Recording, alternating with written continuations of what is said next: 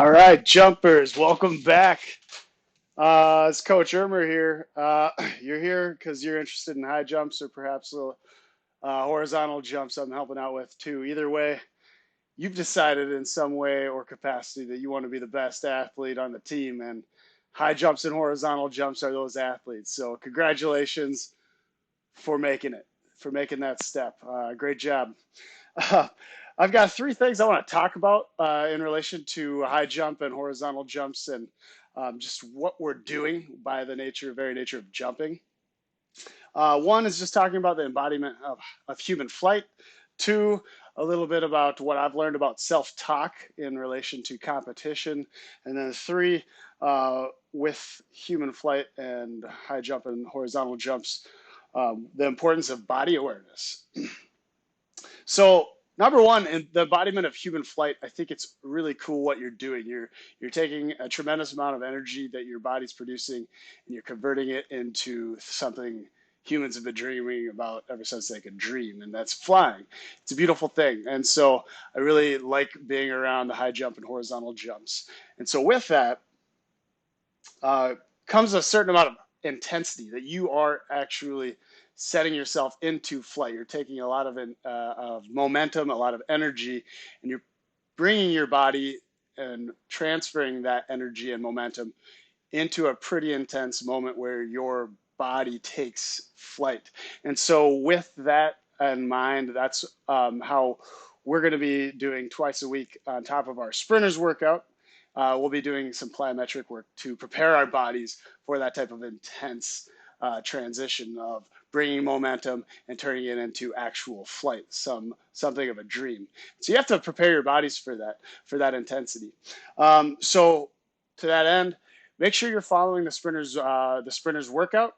Well, we need to prepare with the 5 days a week with the sprinters workout, and then you'll see in my videos I'll be laying out twice a week, adding on to that sprinters workout some plyometric work, which is going to prepare our bodies for that other level of intensity where we're taking off and the shock that that brings to our muscles. All right, bringing it to agenda two. Agenda item two, self-talk. Something I've enjoyed in my own competitions in distance skiing or distance running, and then also being around competitive jumpers. I like the idea of as I visualize my course or the event I'm about to participate before I enter into my approach. I like to encourage athletes to have some self-talk that will help encourage your ego to prepare itself for the energy and the intensity of what it's about to do.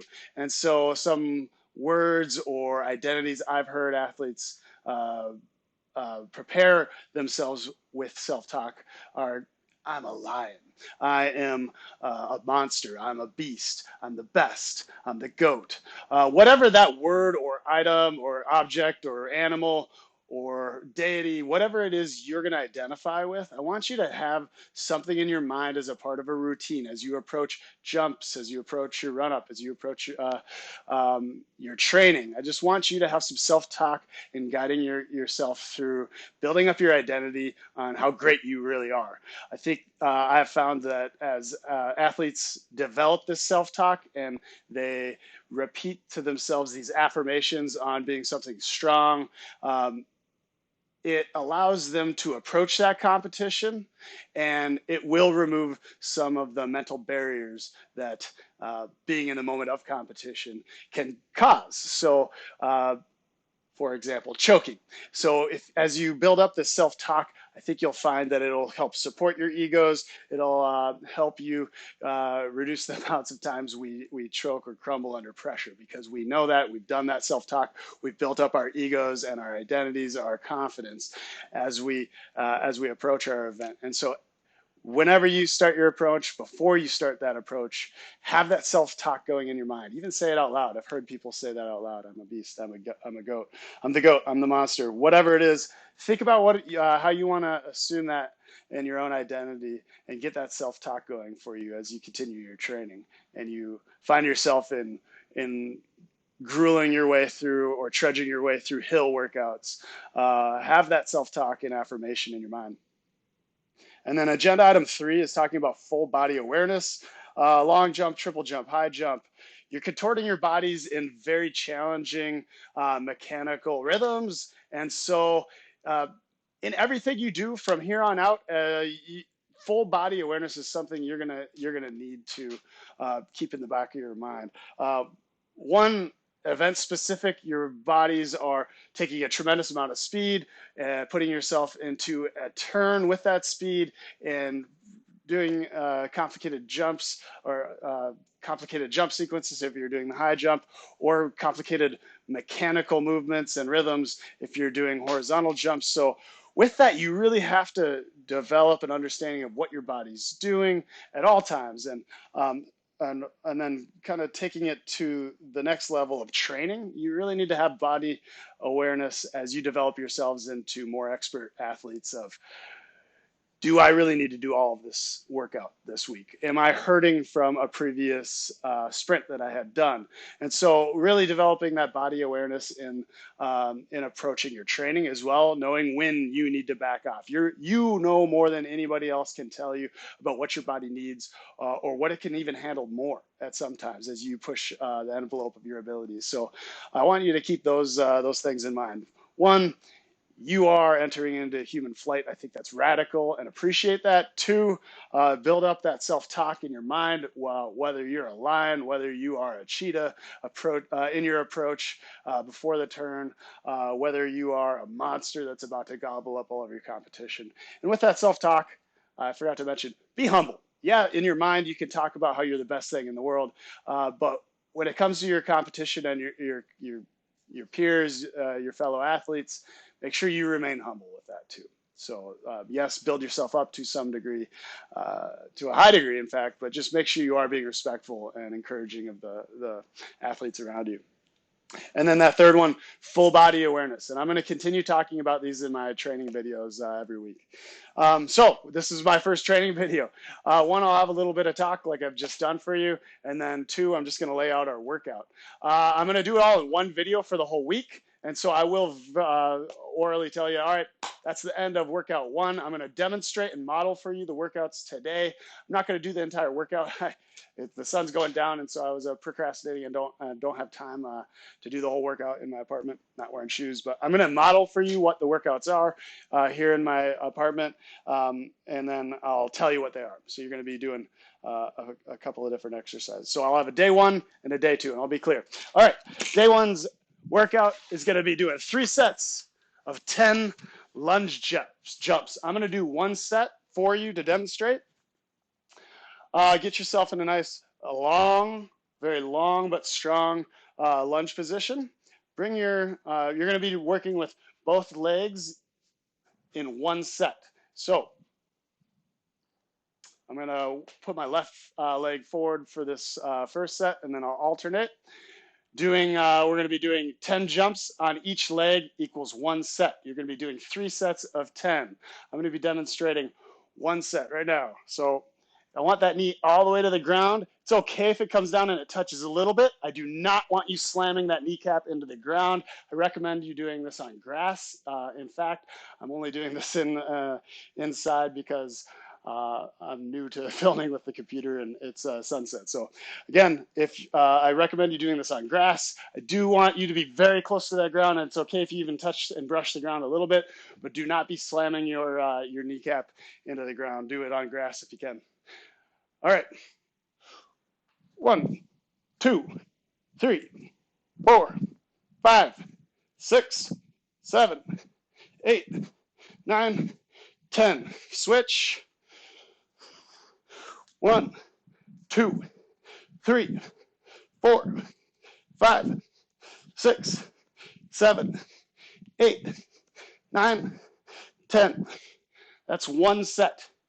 I would give, it's pretty intense. You'll feel it really hard in your quads. It's good in building up the strength in your ankles as well.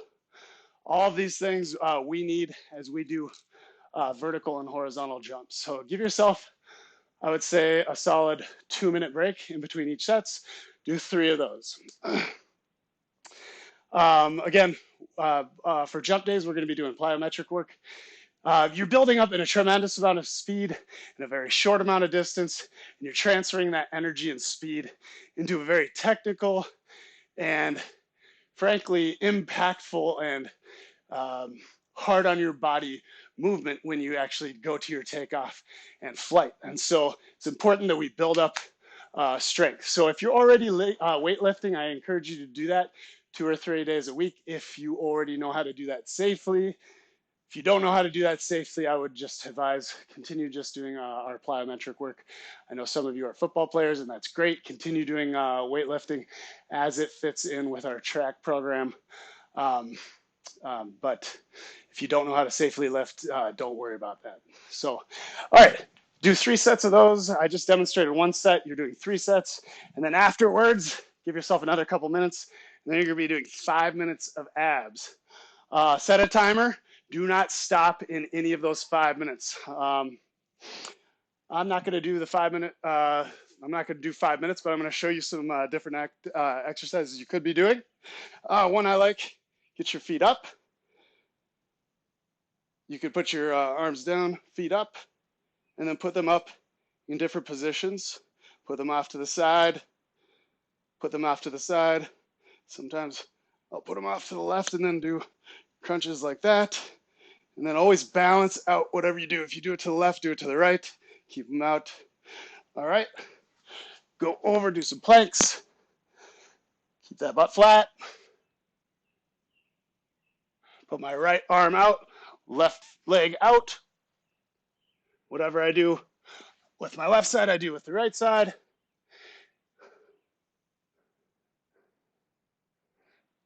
Get on my right arm. Get on the left arm.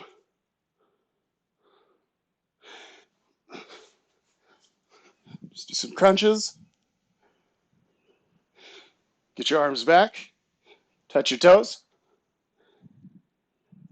Do everything controlled. Do some bicycles. All right, I gave you 5 examples of things you can do with your core. Do 1 minute each, and that's your 5-minute core. That's going to be your day 1. All right, day 2. Depending on how your body's feeling, again, always talking about total body awareness. You might have to do less of these or do more of these. I call these squat hops. You're going to be doing 3 sets of 30 each. So I'm going to do 1 set of 30. You're going to give yourself 2 minutes in between a break. So what you're going to be doing is getting yourself in a nice deep squat. I've got my my thighs parallel to my ground. Got my arms out in front of me for balance. I'm just going to be hopping 4, 5, 6, 7, 8, 9, 10, 11, 12, 13, 14, 15, 16, 17, 18, 19, 20, 21, 22, 23, 24, 25, 26, 27, 28, 29, 30. All right, you can see my feet came off of the ground with that. Again, getting that movement and that body resistance into that motion is really reinforcing that plyometric exercise we're doing.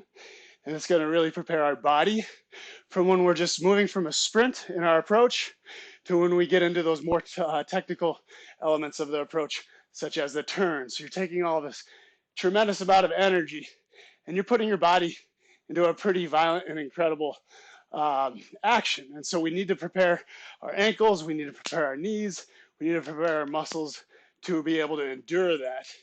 And that's why we're going to be focusing on plyometric work on top of the sprinters workout. So great job. That's your day 1 and your day 2 activity. Depending on where your body feels, I'm going to recommend putting on Tuesday and Thursday this week.